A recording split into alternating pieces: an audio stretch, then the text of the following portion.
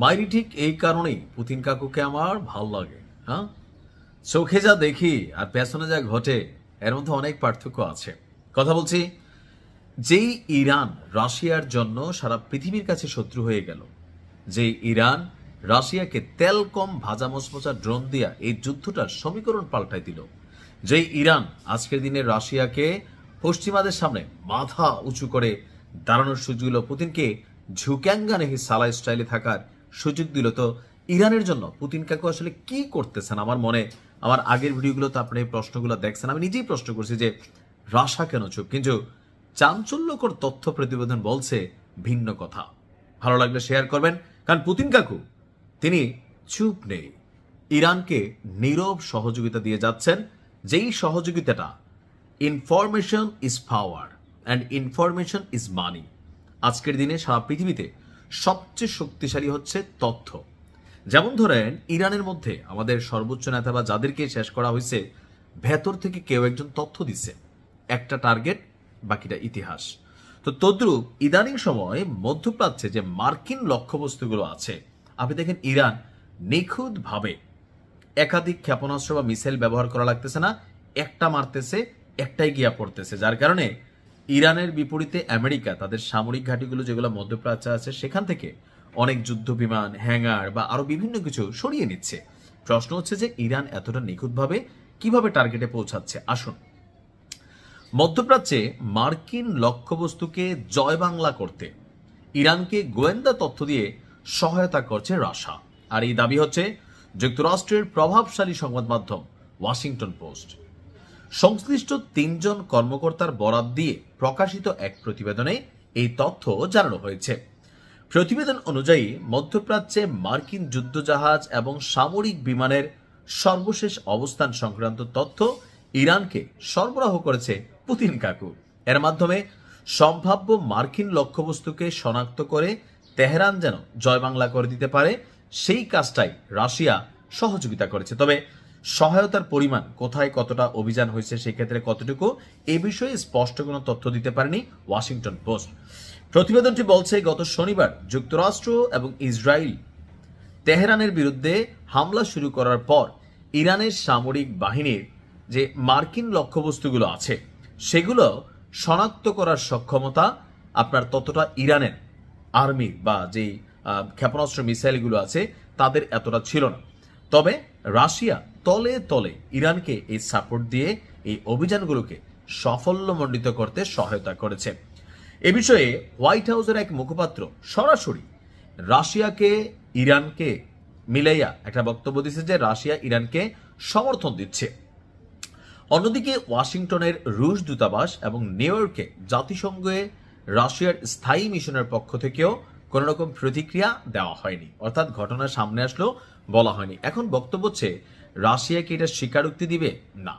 এটা কেন স্বীকারোক্তি দিবে না এটা একটু মাথায় রেখেন। মেইন কারণই হচ্ছে যে যদি স্বীকারোক্তি দেয় রাশিয়াকে অনেক ধরনের বাটে পড়তে হবে। ব্যবসা বাণিজ্য এমনি, রাশিয়া ইউক্রেন যুদ্ধ নিয়ে অনেক ধরনের নিষেধাজ্ঞা বা ধরেন ঝামেলার মধ্যে কিন্তু সময়টা কাটাচ্ছে। তো এই মুহূর্তে এসা ইরানের পক্ষে প্রকাশ্যে অবস্থান নিলে রাশিয়াকেও আপনার নানান ধরনের নিষেধাজ্ঞা অথবা পশ্চিমা শক্তিগুলোর মুখোমুখি হতে হবে। আমার কথা হচ্ছে প্রকাশ্যে দরকার নাই, গোপনে গোপনে এই ধরনের সহযোগিতা অব্যাহত রাখুক Russia. Best of luck Putin কাকু। আমি যদি এটাকে সহজভাবে বিশ্লেষণ করি, ধরেন আমাদের লোকাল কুমিল্লার মানুষ যারা আছেন, বল্লা তো চিনেন, বল্লা চিনেন না? চিনেন, অথবা বেঙ্গুল নামে চিনেন, আর একটু এক ধাপ আগাই না, হ্যাঁ, বেঙ্গুলকে যে একটা কামড় দিলে জ্বর উঠে যায় শরীরে। তো ইরান এই মুহূর্তে বেশ কিছু অ্যাকশন করেছে। তো এর মধ্যে একটা অ্যাকশন আমার কাছে মনে হয়েছে এটা বেঙ্গুলের চাকে ঢিল মারার মতন। কেন বললাম?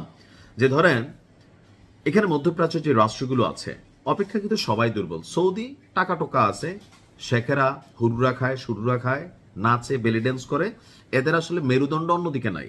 যত মেশিনারিজ আছে সবগুলো বিদেশ থেকে কিনা। দুবাই ঠিক একই কাহিনী, সারা পৃথিবী তাদের দেশে ব্যবসা করে। কিন্তু আরেকটা দেশ আছে, এটা নাম হচ্ছে তুরস্ক। তুরস্ক সামরিক দিক থেকে, প্রযুক্তির দিক থেকে, ওয়ার্ল্ড ওয়াইড অস্ত্র ব্যবসার দিক থেকে তারা কিন্তু যথেষ্ট সেটেল এবং কি ন্যাটোর সদস্য রাষ্ট্র। আর ন্যাটো গঠনের যে প্রণালী সেটার মধ্যে একটা বাংলাদেশি ভাইব আছে। অর্থাৎ আমরা যদি কেউ মানে আওয়ামী লীগ করি অথবা বিএনপি করি, জামাত করি, একজন হয়তো আরেকজনটা চিনি না সারা বাংলাদেশে, কিন্তু যখনই ফেসবুকে আসে ছাত্রলীগ কর্মীর উপরে এই হামলা, ছাত্রদল কর্মীর উপরে এই হামলা, বা জামাত কর্মীর উপরে এই হামলা, পুরো বাংলাদেশের যারা এই দলটার সাপোর্টাররা আছেন একটা জায়গায় আসে, এমনকি গালি কাহাকে বলে কত প্রকার কমেন্ট বক্সে গেলে আমরা দেখতে পারি। তো ন্যাটোর মানে সিস্টেমটা এরকমই, আপনি যদি ন্যাটোর অন্তর্ভুক্ত কোনো দেশকে টাচ করেন তাহলে বাকি যে সদস্য রাষ্ট্রগুলি আছে তারা সবাই একটা টিম ওয়ার্ক করে, যেই দেশ আক্রমণ করে তার বিরুদ্ধে তারা অ্যাকশন নেয়। আর 29-30টা দেশের প্রত্যেকটা দেশেই ন্যাটোর একটা ঘাঁটি আছে। তো ইরান সর্বশেষ তুরস্কে যে ব্যালিস্টিক মিসাইল দিয়ে আঘাত করছে, আমেরিকা এখানে এসে একটা চান্স পেয়ে গেছে, কারণ আমেরিকা হচ্ছে ন্যাটোর বাবা আর বাকিগুলো হচ্ছে ছোট ভাই, ভাতিজা অথবা ছেলে টাইপের। তো এখন যখন তুরস্ক এই আঘাতপ্রাপ্ত হয়েছে, এগুলো তো ভিতরে ভিতরে সব গুটিবাজ। বললাম না, দেখেন ইরানের বিরুদ্ধে সৌদি এখন যুদ্ধ ঘোষণা করতেছে, আরব আমিরাত যুদ্ধ ঘোষণা করতেছে, বাহরাইন ঘোষণা করতেছে। তো তুরস্ক সবগুলা কিন্তু ওই যে গুটিবাজ, রসুনের মানে কোয়া কোয়া গোড়াটা এক জায়গায়। তো এখন বিভিন্ন কারণে এরা সামনে আসা শুরু করছে। আজকে ইরান থেকে ছোড়া ব্যালিস্টিক ক্ষেপণাস্ত্রে ন্যাটো জোট আপনার যেই ক্ষয়ক্ষতির সম্মুখীন হয়েছে তুরস্কে, সেইটা নিয়ে এই হামলাকে তুরস্কের সার্বভৌমত্বের উপর হামলা হিসেবে ভাবছে আপনার ন্যাটো জোট। আর এই জোটের বাবা হিসাবে আমেরিকা বলতেছে আমরা অ্যাকশনে যাব। অর্থাৎ ইরান একটু ভুল করে ফেলছে, এটা হচ্ছে ন্যাটোতে টাচ করে বসছে। ধরেন 30টা দেশ এতদিন যাবৎ বিভিন্নভাবে পেছন থেকে কারিগরি করলেও এখন সরাসরি প্রকাশ্যে লিগেলি তারা কিন্তু ইরানের বিরুদ্ধে অভিযান চালানোর সক্ষমতা রাখে। কজ এটা যখন গঠন করা হয়েছে পলিসি এটাই ছিল, ন্যাটো অন্তর্ভুক্ত কোনো দেশের আকাশে যদি ধরেন শত্রু রাষ্ট্রের একটা তেলাপোকা উড়ে অথবা একটা পাখি উড়ে, এটারও কিন্তু ভূপাতিত করা হয়। তুরস্কের প্রধানমন্ত্রী পররাষ্ট্রমন্ত্রী যিনি আছেন হাকান ফিদান, তাকে ফোন দিয়েছিল আপনার ট্রাম্প। এমনকি বলা হয়েছে যে তুরস্ককে যুক্তরাষ্ট্র পূর্ণ সমর্থন দিচ্ছে তাদের সার্বভৌমত্বের বিরুদ্ধে ইরান যে অভিযান চালিয়েছে তার পাল্টা জবাব দেওয়ার জন্য। শুধু তা বলে খান্ত না, এখন লড়াই করবেন মেশিন নাই। বাংলা একটা কথা আছে, কোপাবে শামসু টাকা দেবে কে? বাচ্চু। ইচ্ছাকার তাইলে বাচ্চুর। শামসুর হালকা হালকা রাগ আছে।